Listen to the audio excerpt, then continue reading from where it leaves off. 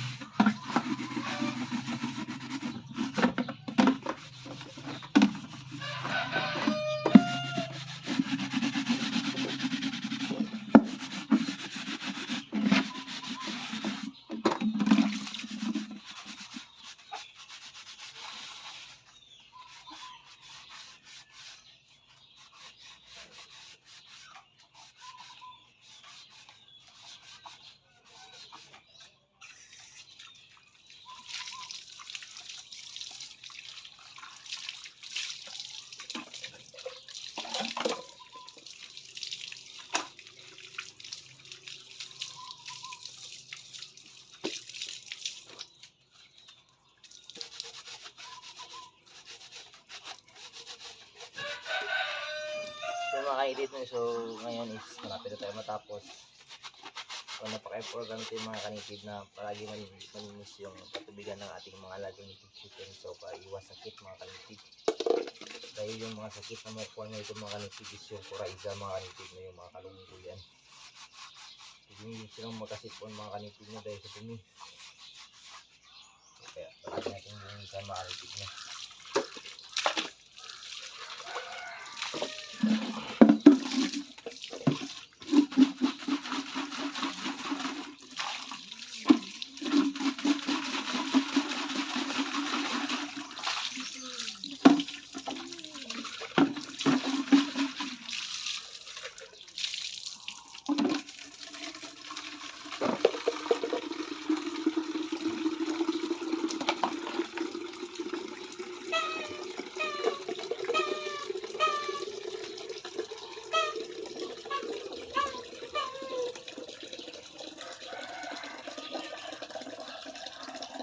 So, ngayon mga kanitib is ilagyan natin ng tubig yung ating patubigan ng ating mga alagang chicken.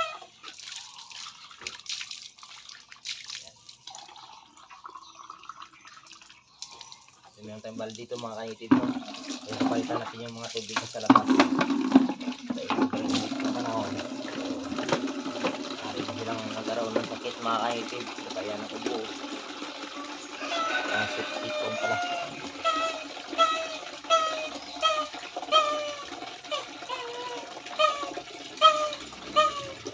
Yun mga kanitib na, so natapos na natin linisan is ngayon mga kanitib is pupunta na tayo ngayon sa ating so iwan natin yung iba mga kanitib. So yung dadalhin natin is yung maliit.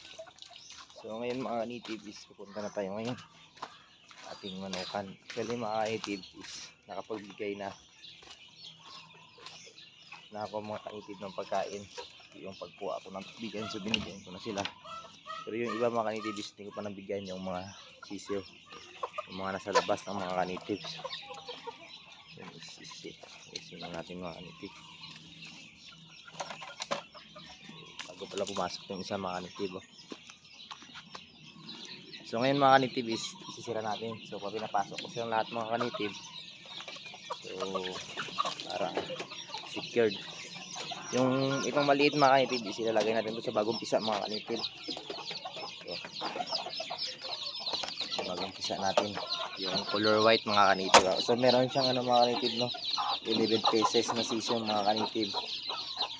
So maganda yun mga kanitib, no, na kasi hindi tayo bababa sa 10 mga kanitib. Yun yung maganda talaga. So sa ngayon mga kanitib is kukunin ko yung balde muna, no, tsaka yung malaking galon. So update ko kayo mamaya mga kanitib. So So yun mga kanitib, no? So sa ngayon mga kanitib is ayan. So dilagyan ko sila ulit ng pagkain mga kanitib upang makikita nyo mga kanitib yung ating mga alagang native chicken.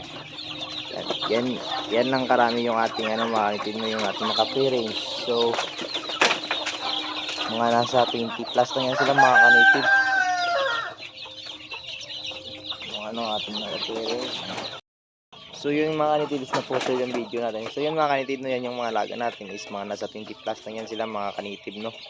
Yung ating mga alaga native chicken. So ngayon mga kanitib is naman is pupunta tayo ngayon sa ating mga nangingitlog ng mga native chicken. So update ko kayo mga kanitib, no, sa ating mga nangingitlog.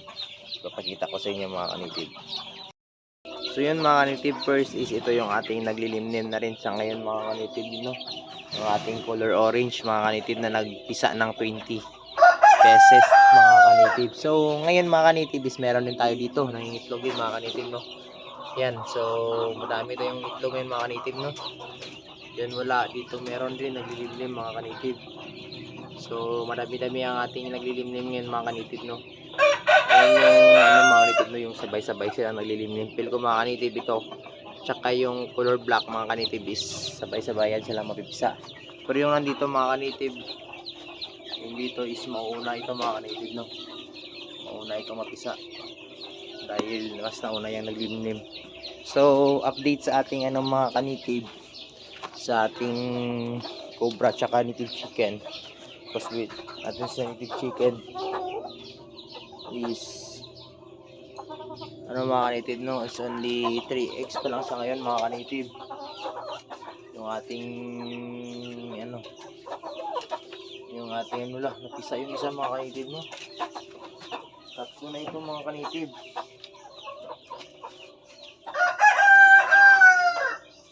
Siguro sa habol nila itong mga kanitib dahil kanina. Pero kanina baka kanitib sa paglagay ko pa ng pagkain is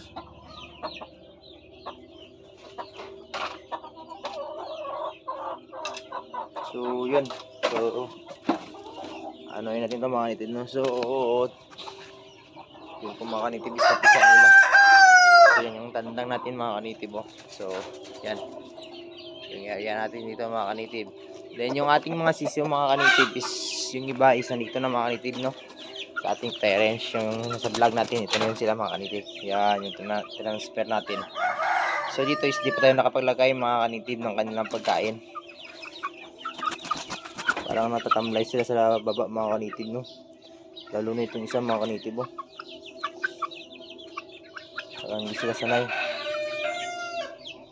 So parang ibabalik natin to sa taas mga kanitib. Siguro masyadong bata pa sila, no. Pero ito naman yung natin sukatan.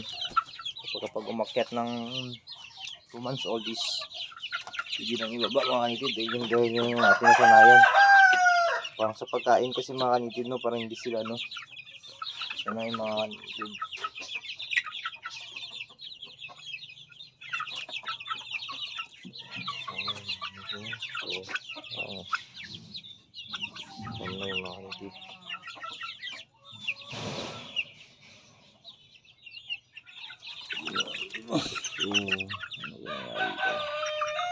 So ito siguro mga kanitib is aakyat muna natin ito mga kanitib, no, ihalo na rin doon sa ating sa kulungan. So para at least siya is hindi lumala yung kanyang sakit. So magpalit tayo ng kanyang tubig mga kanitib. So sa ngayon mga kanitib is hindi ko pa kayo na-update mga kanitib, na nakuha ko na yung balde tsaka tubigan. Yan yung balde tsaka tubigan mga kanitib na napasok na sa kulungan. So dito natin yan ilagay mga kanitib. So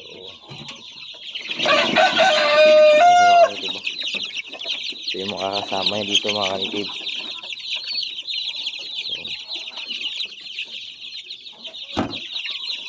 Yan yung ibang mga kanitib, no, yung kasama niyan is yung nandoon mga kanitib. Yan, dalawa yan sila mga kanitib, na hindi natin napapasok sa kulungan. So sa labas lang yan sila.